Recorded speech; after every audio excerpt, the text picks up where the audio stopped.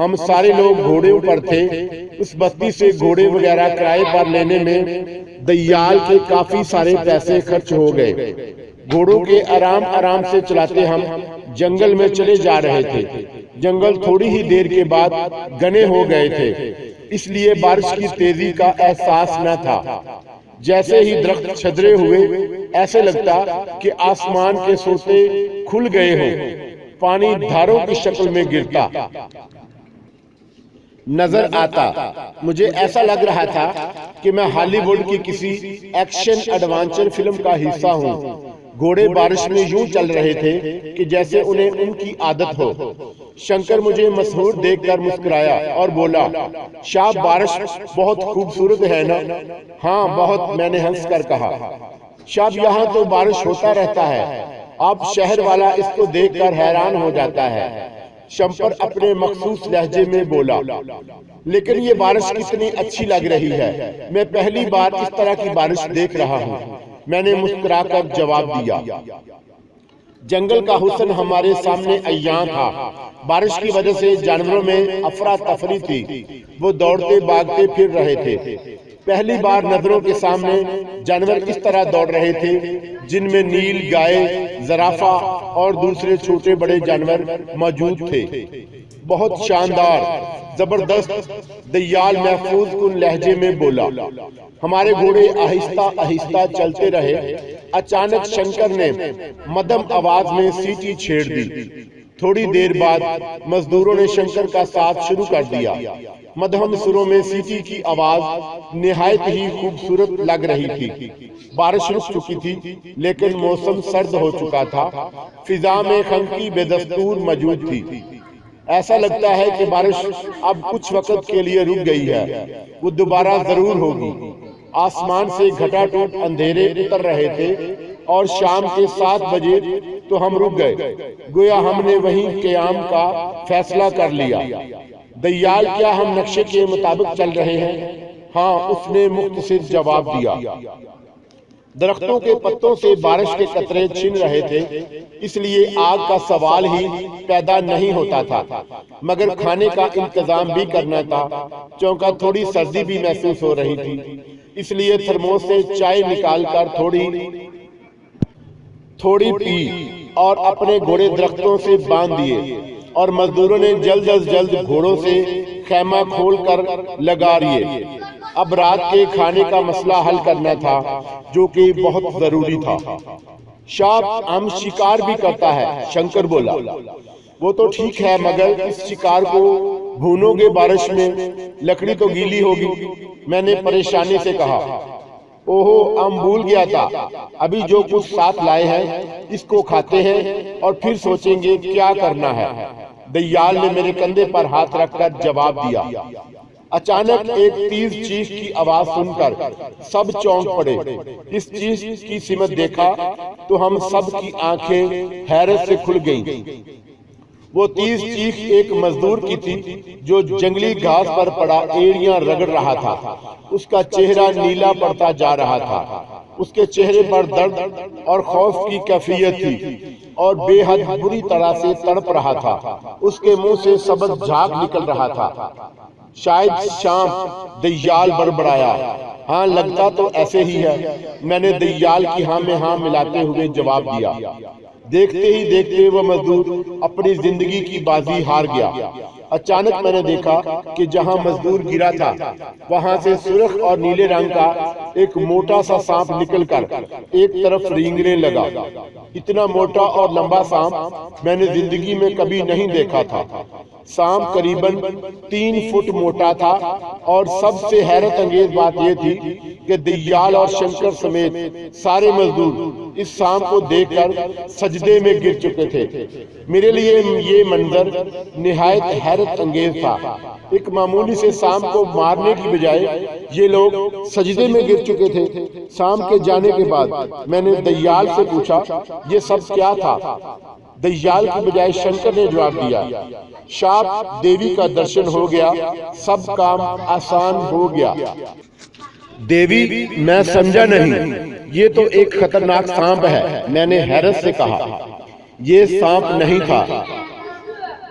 देवी यूहा है जो सदियों बाद दिखाई देती है, और मजदूर ने जरूर देवी को सताया जब तो देवी के गुस्से का शिकार हुआ, और जिसको दिखाई देती है उसके सारे रुके हुए काम हो जाते हैं।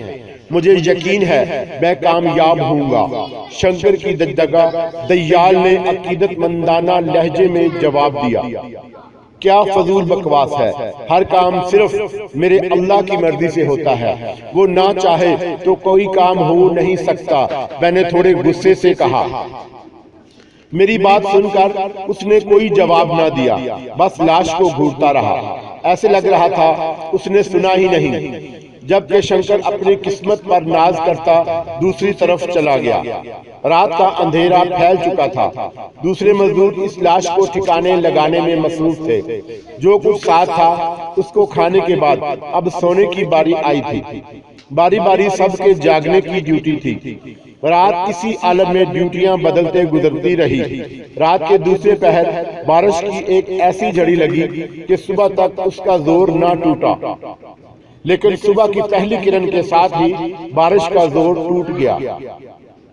जो एज जरूर ये से फारिग होने के बाद हम लोग आगे बढ़ने की तैयारियां करने लगे। किसी की सूरत इस मजदूर की मौत का मलाल ना था, स्वाए मेरे। मैं इस गरीब मजदूर की मौत पर गमजदा था। बारिश की वजह से जंगल खतरनाक हो चुका था, लेकिन खतरात से खेलना तो मर्दों का शेवा था। बारिश से बढ़ने वाले खतरात ने कुछ और लुत्फ दिया था। जंगल जल थल हुआ था। हम मुस्तकिल आगे बढ़ रहे थे। हमें आगे बढ़ते एक दिन से ज्यादा हो चुका था। जंगली जानवर भीगी बिल्ली बने हुए थे। बहुत से खतरनाक दरिंदे इस 1.5 दिन के सफर में हमारे सामने से गुजरे थे। जंगल का ये सफर मुझे दिलचस्प भी महसूस हो रहा था, और खौफ के बायस भी कि कहीं कोई बदमस्त जानवर हमें अपना शिकार न कर ले। मेरे नजदीक दयाल और शंकर बहुत दिलचस्पी का मुजाहरा कर रहे थे। आसमान अभी तक सियाह था। बड़े बड़े काले बादलों ने कुदरती छत को घेर रखा था। लगता था कि किसी वक्त भी आसमान के सोते खुल सकते हैं। शायद बारिश अभी और होगा। शंकर के ये जुमले पूरे हुए नहीं थे कि बारिश के मोटे मोटे कतरे नमूदार हुए और मूसलाधार बारिश शुरू हो गई। बारिश बहुत तेज और शदीद थी। चंद ही सेकंड में हम लोग भीग गए। बारिश के सबब सफर में मुश्किलात तो थी ही, लेकिन मजा भी था। नक्शे के मुताबिक हम कहाँ पहुँच चुके हैं? मैंने दयाल से पूछा। हमें दरियाए सोगंडा जाना है। इस सोगंडा के मकाम पर इंसानी शक्ल वाली एक बड़ी चट्टान है, जो कि तारीख वादी जाने का रास्ता है। दयाल मुस्कुराकर बोला, सोगंडा यहाँ से कितनी दूर है शंकर? शायद अगर हम एक दिन और चलते रहेंगे दरियाए सोगंड पहुँच जाएंगे, मगर वो दरिया तो मौत का दरिया है। मगरमच्छ होता है उधर बहुत।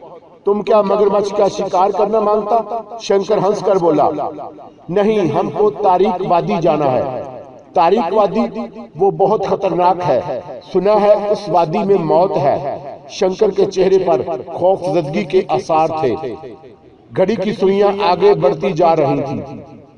आसमान से गोया परनाले चल रहे थे। अलबत्ता हैरत अंगेज बात यह थी कि जंगल में पानी जमा नहीं हुआ था, बल्कि तेज धारे दरख्तों के गिर्द बल खाती अकवी सिमत निकल रही थी। बारिश का शोर बदस्तूर था। दिन का वक्त था, लेकिन बिजली के कोंदे लपकते साफ महसूस हो रहे थे। बादल भी खूब गरज रहे थे। अचानक एक तेज आवाज हमारे कानों से टकराई। एक अजीब सा शोर था, एक खौफनाक शोर जिसमें जानवरों की आवाजें भी शामिल थी। हाथी की चिंगार के साथ भैंसों की आवाजें भी शामिल थी। अचानक एक तेज तड़ाक की आवाज सुनाई दी। फिजा में मुसलसल गर्ज की आवाज सुनाई देने लगी थी। इस आवाज में दरख्तों के टूटने की आवाजें भी थी। गो कि ये आवाजें काफी दूर से आती महसूस हो रही थी, लेकिन रफ्ता रफ्ता करीब आती महसूस हो रही थी। ये पानी का शोर है, दयाल ने संजीदा लहजे में कहा। क्या मतलब? कोई तूफानी रेला?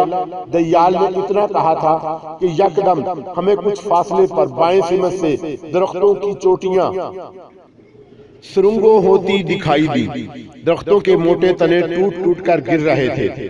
मैले मलंगजे अंधेरे में पानी का एक तूफानी रेला धारे मारता अपनी जिद में आने वाली हर चीज को रोनता हमारी जानब बढ़ रहा था। बारिश बदस्तूर जारी थी, लेकिन अब उसकी शिद्दत कम हो चुकी थी। उसी वक्त शंकर के मुंह से चीख निकली, लगता है दरियाए सौगंध में बाढ़ आ गया है। क्या मतलब? मैंने सरासीमगी से कहा, शाह बाढ़ का बंद टूट गया होगा। वो चीख कर बोला। अचानक उसने मजदूरों की जानब देखा और फिर बोला, आरबाना शूशू लिमशकम बूबू। उन बेहंगम से लफ्जों को सुनते ही मजदूरों में सरासीमगी सी फैल गई। पानी का मुहिब रेला तेजी से हमारी जानब बढ़ रहा था। भागो, इतना कहकर मैंने घोड़े से उतरकर दौड़ना शुरू कर दिया। दयार और शंकर ने भी मेरा साथ दिया था। मजदूरों में से जिसका मुंह जिधर आया भाग उठा, लेकिन पानी का रेला कहाँ खातर में लाता था। बहुत से मजदूर इस रेले की जिद में आ गए। भागते भागते हमारी नजर एक 9 फुट के दायरे पर मुहित एक दरख्त पर पड़ी। मैंने दयाल और शंकर ने उस दरख्त की शाखों को पकड़ लिया जो कि इस 9 फुट के दायरे में लटक रही थी, और लटक गए। हमारे पैरों से पानी टकरा कर गुजर रहा था। अब हम सिर्फ 3 बचे थे। हमारे मजदूर भी पानी में डूब चुके थे। इस तूफानी रेले में हमारा घोड़े साजो सामान समेत बहते चले गए थे। कई टूटे दरख्त, मुर्दा परिंदे, जंगली जानवर, शेर, बारहसिंगे, नील गाय, हाथी तक बहते नजर आए। दरख्त आधे से कम पानी में डूब चुका था। तुम अपनी विद्या को इस्तेमाल करो ताकि हम इस मुसीबत से निकल सकें, मैंने चीख कर कहा। पानी के सामने कोई जादू नहीं चलता, उसने लटके लटके जवाब दिया। पानी झाग उड़ाता हुआ दरख्तों से टकराता हुआ गुजर रहा था। रेले की तोड़ फोड़ की आवाज अब भी जारी थी, लेकिन पानी में अब वो शिद्दत ना थी, लेकिन उसके बहाव में कमी ना हुई थी। शंकर कहाँ है? दयाल चिल्लाया, हम इधर है शाह। मैंने सर उठाकर देखा तो शंकर दरख्त पर बैठा नजर आया। उसके चेहरे पर पुरसकून की कैफियत थी। आप भी ऊपर आ जाओ शाह, वो हाथ हिलाकर बोला। तुम कैसे पहुंच गए ऊपर? मैंने चीख कर पूछा।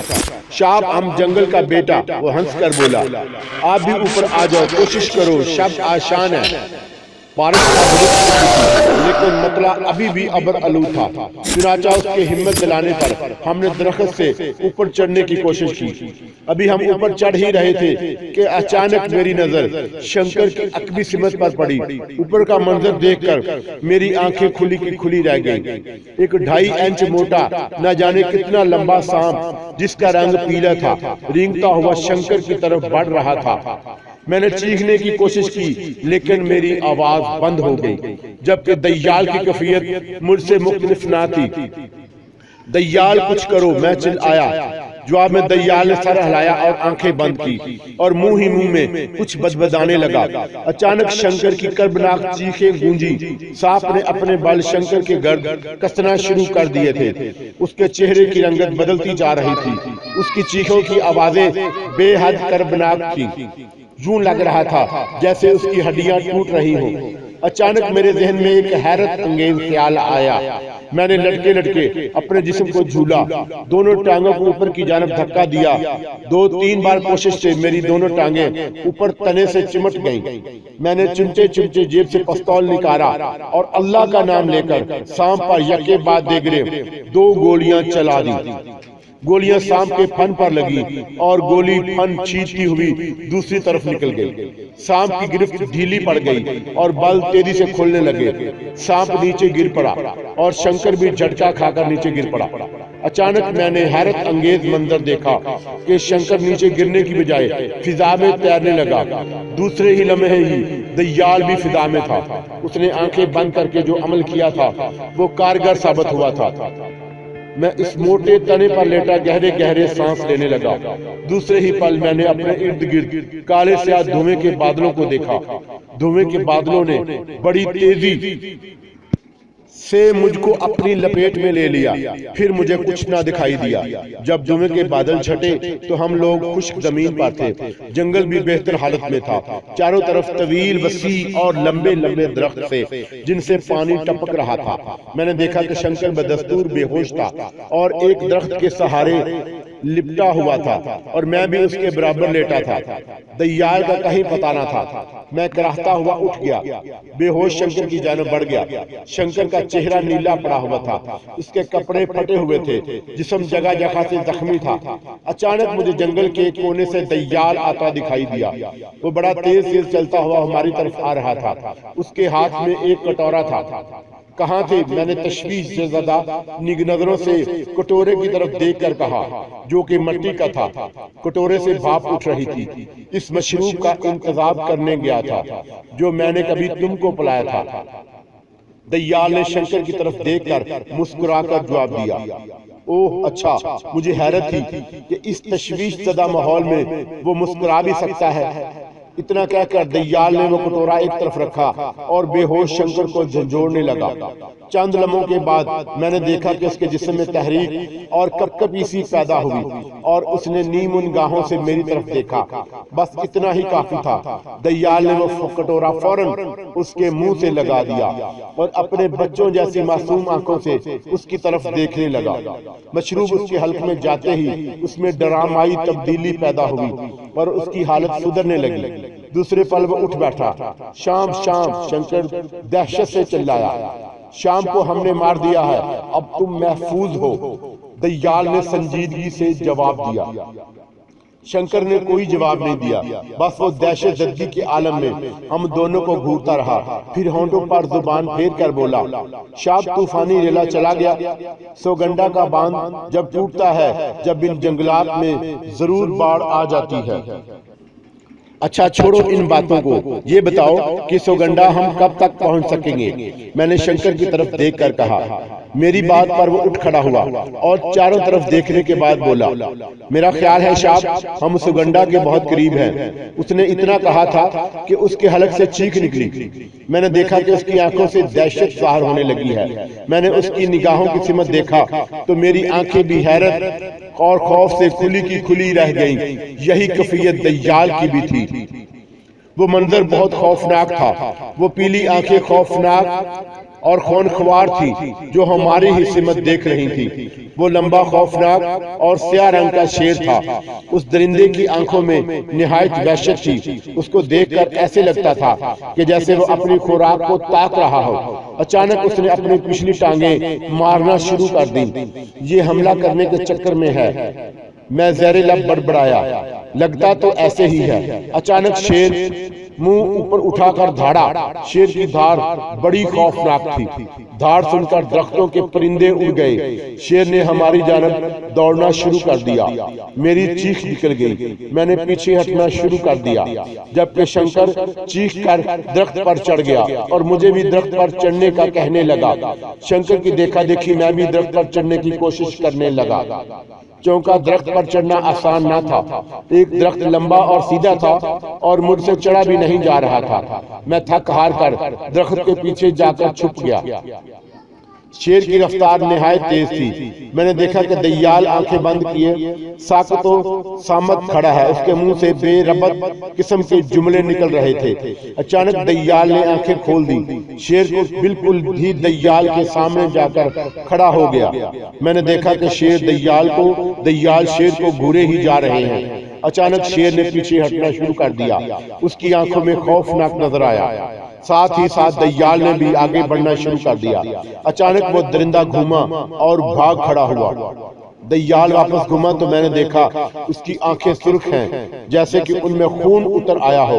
उन आंखों में निहायत दहशत थी। एक लम्हे के लिए मुझे बेहद खौफ महसूस हुआ। फिर उसकी आंखें एतदाल पर आ गईं। उसी लम्हे शंकर भी दरख्त से उतर आया। उसने हैरत भरी नजरों से दज्जाल की जानब देखा और फिर अपने मखसूस लहजे में बोला, शाब तुम जादू किया? अरे नहीं, दज्जाल हंसकर बोला, हम दरअसल रंग मास्टर हैं, जानवरों को ट्रेन करने का हमारा काम है।